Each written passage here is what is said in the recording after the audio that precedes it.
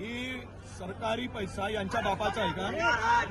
रवी राणाच्या कमाईचा आहे किंवा या सरकारच्या मुख्यमंत्र्यांचा उपमुख्यमंत्र्यांच्या कमाईचा आहे? योजना केवळ आता यांची नीती ही कुनीती हे आता स्पष्टपणे दिसत आहे की निवडणुकीच्या मतदानासाठीच ही योजना या नालायक लोकांनी आणली आणि बहिणीला फसवण्याचं काम केलं.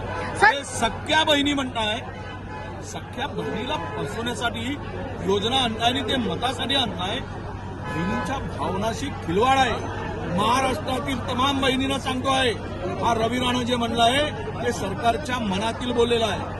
ते शिंदेंच्या मनातील, ते फडणवीसांच्या मनातील, ते अजित पवारांच्या मनातील बोललं आहे की योजना केवळ आणि केवळ मतासाठी आहे. मताची झाली कडकी, बहीण आटवली लाडकी. आणि हा जो बोलला रवी राणा हा बेमान